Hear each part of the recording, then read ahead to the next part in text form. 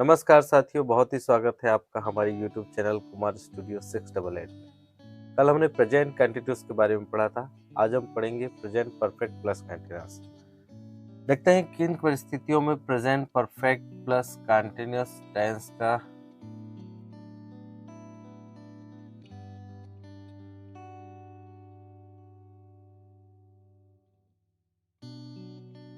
किन परिस्थितियों में present perfect plus continuous tense का प्रयोग किया जाता है। तो इसकी जो हेल्पिंग वर्ब होती है हैव और हैज, हेल्पिंग वर्ब होती है इसकी, ध्यान रखेंगे, हैव और हैज प्लस इसके साथ बीन जुड़ जाता है।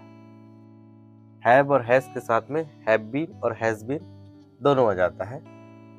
फिर इसके बाद में इसमें जो वर्ब का फॉर्म होता है आईएनजी यानी जीलन वर्ब का प्रयोग करते हैं। इतना हमने देखना है और याद रखना है। अब देखेंगे कि जो स्ट्रक्चर बनाने का हमारा पुराना मेथड है, सबसे पहले हम सब्जेक्ट लगाते हैं, फिर वर्ब लगाते हैं, फिर ऑब्जेक्ट लगाते हैं। साथ ही साथ इस जो टेंस है present perfect plus continuous tense, इसमें सिंस और फॉर का प्रयोग किया जाता है। सिंस और फॉर का प्रयोग किया जाता है टाइम के साथ, है ना। सिंस और फॉर कैसे लगाते हैं, मैंने पुराने वीडियो में भी बताया था। जो सिंस का प्रयोग होता है, सिंस का प्रयोग जब स्टार्टिंग टाइम दिया हो, समझ लो यहाँ पर कोई टाइम है, जो काम है, जो एक्शन है, जो स्टार्ट हुई है और ये वाले समय से स्टार्ट हुई है, जब ये समय पूछा जाएगा तो आपको बताना है सिंस के साथ। और जो फॉर का इस्तेमाल होता है टाइम ऑफ ड्यूरेशंस बताने के लिए प्रयोग किया जाता है। ये काम स्टार्ट हुआ, इसकी बात नहीं हो रही है, यहाँ से लेके यहाँ तक का जो समय लगता है, इसको बताने के लिए फॉर का इस्तेमाल करते हैं। यानी निश्चित समय अगर कोई होगा तो उसके लिए सिंस का प्रयोग करेंगे, अनिश्चित समय बताने के लिए हम फॉर का इस्तेमाल करेंगे। जैसे राम 2 घंटे से पढ़ चुका था, ये past perfect plus continuous tense का है। तो 2 घंटे से पढ़ चुका था, तो 2 घंटे से हम फॉर इसका इस्तेमाल करेंगे। 2 घंटे से पढ़ चुका था, क्योंकि इसमें स्टार्टिंग टाइम नहीं दिया है। अगर हम बोलेंगे कि राम 10 बजे से पढ़ चुका था, तो इसको बताने के लिए हम सिंस का प्रयोग करेंगे। तो आप सीधी भाषा में समझिए कि जब निश्चित टाइम दिया हो तो हमें सिंस का प्रयोग करना है। अनिश्चित टाइम दिया हो, कौन से 2 घंटे, कौन से 2 दिन, कौन से 2 साल, इस तरह की जब बात आएगी सेंटेंस में तो हमें फॉर का इस्तेमाल करना है। चलिए देखते हैं कि इसका जो स्ट्रक्चर है वो कैसे बनता है, क्योंकि स्ट्रक्चर अगर बनाना सीख गए तो फिर बाकी चीजें बहुत आसान हो जाती है। तो देखते हैं पहले इसका अफर्मेटिव का स्ट्रक्चर। अफर्मेटिव में सबसे पहले हम सब्जेक्ट लगाएंगे, यहाँ से सब्जेक्ट के बाद इसकी हेल्पिंग वर्ब जो होती है वो लगाएंगे हम। इसकी वर्ब हेल्पिंग वर्ब है हैव, हैज प्लस बीन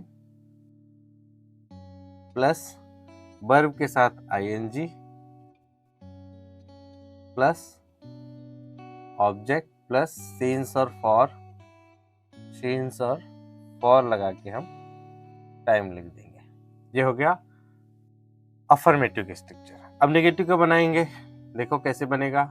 यहाँ पर हम सब्जेक्ट रख दिए, सब्जेक्ट के बाद में हम लगाएंगे हेल्पिंग वर्ब। हेल्पिंग वर्ब हमारे पास है हैव और हैज प्लस, अब नॉट लगाएंगे। हेल्पिंग वर्ब के तुरंत बाद ही नॉट आता है, नॉट प्लस इसके बाद जो बीन बचा ऊपर का बीन प्लस वर्ब में आईएनजी वाला form plus object plus since for लगा के टाइम लिख देंगे और हमारा सेंटेंस ये कंप्लीट हो गया। अब देखो इंटरोगेटिव में क्या बनाएंगे।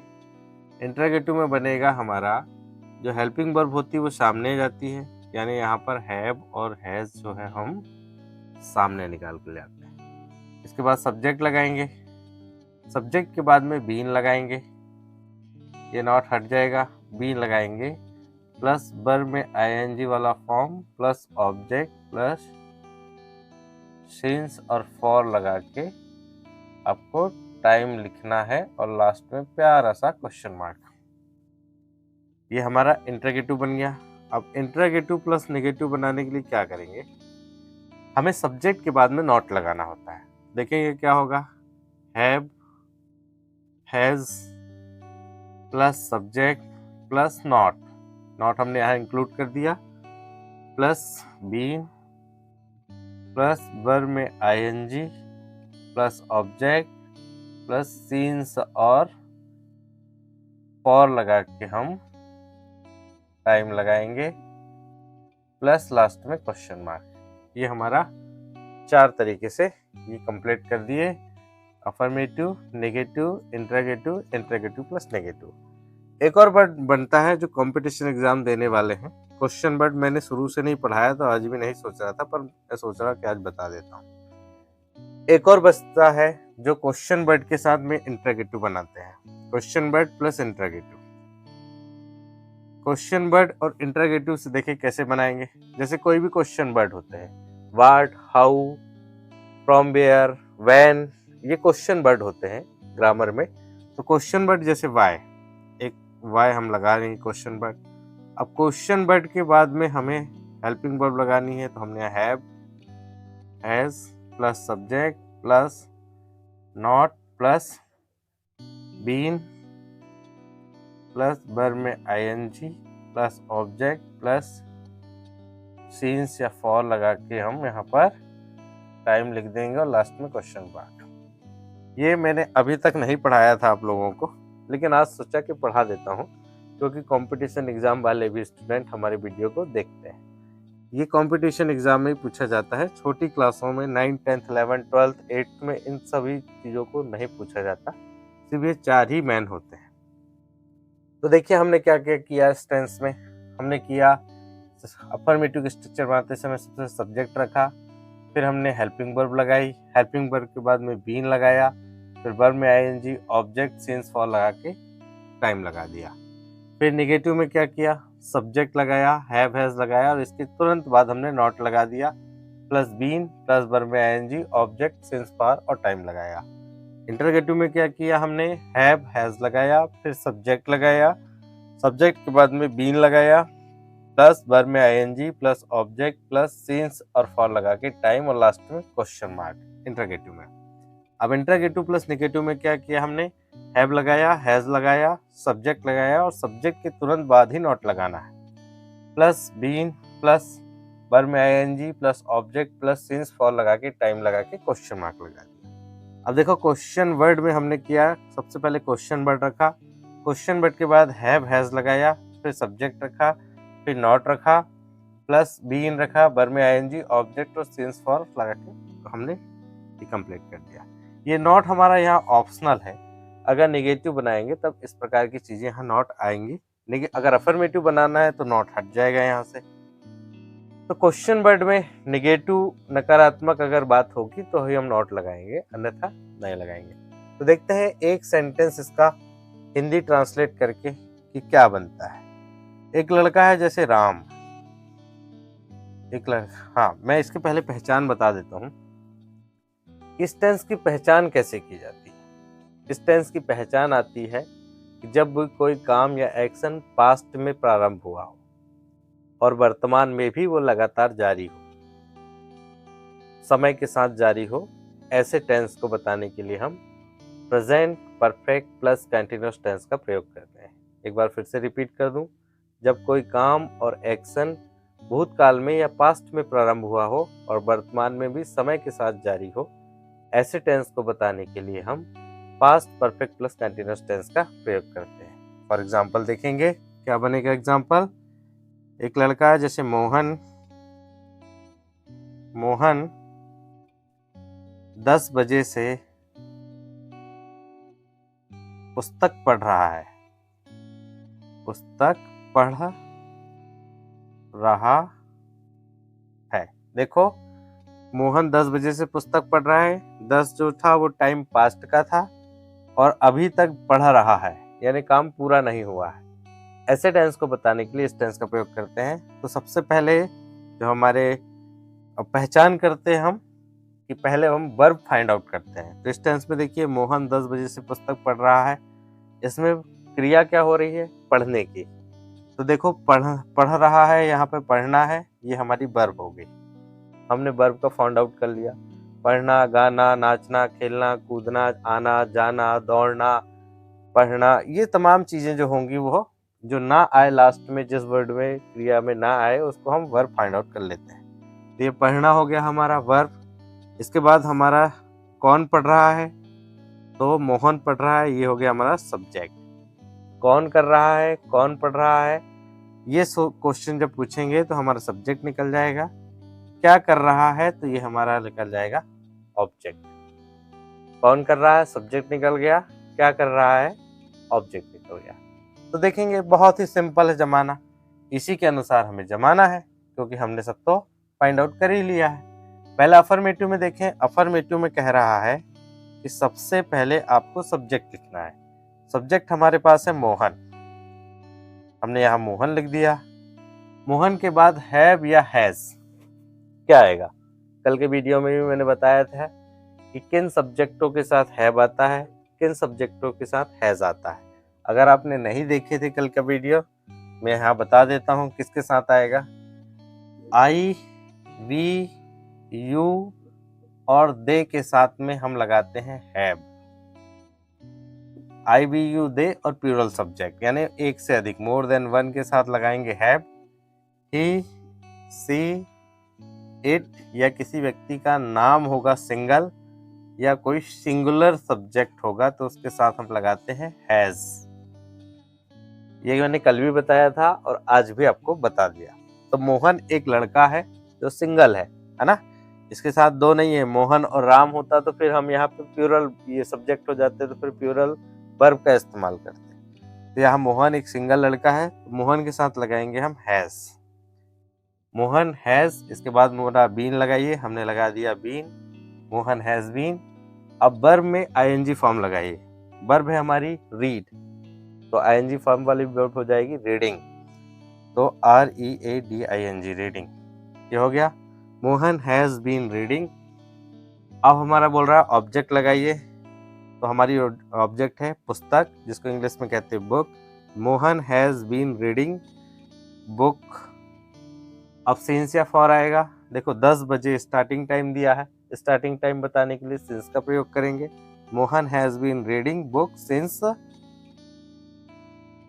10 o'clock। ये हमारा कंप्लीट हो गया अफर्मेटिव। नेगेटिव देखिए कैसे बनाएंगे इसका। नेगेटिव में कुछ नहीं करना है, सिर्फ हेल्पिंग वर्ब के बाद नॉट लगा देना है। क्या देखिए, हेल्पिंग वर्ब के बाद नॉट लगाया है, तो देखो हम पूरा सेंटेंस बना देते हैं। मोहन हैज हमारा हेल्पिंग वर्ब है, इसके बाद नॉट लगा दिया, फिर बीन, फिर रीडिंग बुक सिंस 10 o'clock, 10 बजे से पुस्तक पढ़ रहा है। देखो कुछ नहीं करना होता है। नेगेटिव में जो हेल्पिंग वर्ब होती है उसके बाद ही नॉट लगाया जाता है। दो हेल्पिंग वर्ब इसमें आई है, एक हैज बीन और हैव बीन, तो दोनों के बीच में हम नॉट लगाएंगे। बीन के बाद में नॉट नहीं लगाएंगे, अगर बीन के बाद नॉट लगाएंगे तो सेंटेंस गलत हो जाएगा। जो पहली हेल्पिंग वर्ब दी है हैज या हैव, उसके आगे ही नॉट लगाएंगे। और जब इंट्रोगेटिव सेंटेंस हम बनाएंगे तो जो हैव हैज है वही आगे आएंगी, बीन को छूना नहीं है, छूओगे तो करंट लगेगा 440 वोल्ट का। तो ये हो गया अफर्मेटिव, ये होगा नेगेटिव। और अब यहाँ पर बनाएंगे हम इंट्रोगेटिव। अब देखिए इंट्रोगेटिव कैसे बनेगा। सबसे पहले हेल्पिंग वर्ब को सामने लाना था। हेल्पिंग वर्ब है हमारे पास हैज, हमने लाया हैज। हैज के बाद में बोल रहा है कि सब पहले जाइए यहाँ सब्जेक्ट। सब्जेक्ट हमारे पास है मोहन, हमने यहाँ मोहन रख दिया। इसके बाद में बोल रहा है कि बीन लगाइए, तो हमने यहाँ पर बीन लगा दिया। बीन के बाद बोल रहा है वर्ब में आईएनजी, तो वर्ब में हमारी है रीडिंग, ये रीडिंग हमने लिख दिया। इसके बाद में सिंस या फॉर लगा के टाइम लगाइए ऑब्जेक्ट के बाद, तो हमने यहाँ बुक ऑब्जेक्ट रखा, फिर सिंस 10 o'clock और फिर लास्ट में क्वेश्चन मार्क। ये हमारा सेंटेंस इंट्रोगेटिव का कंप्लीट हो गया। अब देखेंगे interrogative plus negative. Interrogative plus negative का सेंटेंस कैसे बनेगा। हमें सब्जेक्ट के बाद नॉट रखना होता है, बाकी सेंटेंस को सेम टू सेम करना होता है। तो देखो हम हैज लगा दिए, यहाँ पर मोहन लगाएंगे जो हमारा सब्जेक्ट है। अब सब्जेक्ट के बाद नॉट बोला है, ऊपर देख सकते हैं आप, सब्जेक्ट के बाद नॉट बोला, हम सब्जेक्ट के बाद नॉट लगाएं। प्लस के बाद बीन, यहाँ हमने बीन लगा दी। फिर बना दिया रीडिंग, और ये book, object scenes of fall लगा के टाइम, तो यहाँ सीन्स 10 ओ क्लॉक, लास्ट में क्वेश्चन मार्क। अब एक जो मैंने नया आज बताया क्वेश्चन वर्ड, क्वेश्चन वर्ड का देखेंगे, क्वेश्चन वर्ड प्लस इंट्रागेटिव कैसे बनाएंगे। तो सबसे पहले ही कोई सी भी क्वेश्चन वर्ड जो आपको दिया हो, when, why, where, with whom, ये जो क्वेश्चन वर्ड होते हैं इनके साथ हम बनाएंगे। तो जैसे यहाँ पर दिया है व्हाई, तो हम यहाँ पर व्हाई लगाएंगे। व्हाई के बाद में पूरा सेंटेंस सेम टू सेम है, कहीं कोई तकलीफ नहीं है। यहाँ देखो व्हाई, व्हाई के बाद हैज, इसके बाद मोहन, मोहन के बाद में not, been, reading, book, since 10 o'clock, और लास्ट में हमारा क्वेश्चन मार्क। तो देखिए इस तरीके से हम इस टेंस की पहचान कर सकते हैं और उसको इंग्लिश ट्रांसलेशन कर सकते हैं। अब आती है बात, जो कंपटीशन एग्जाम होंगे उसमें किस प्रकार के क्वेश्चन पूछे जाएंगे।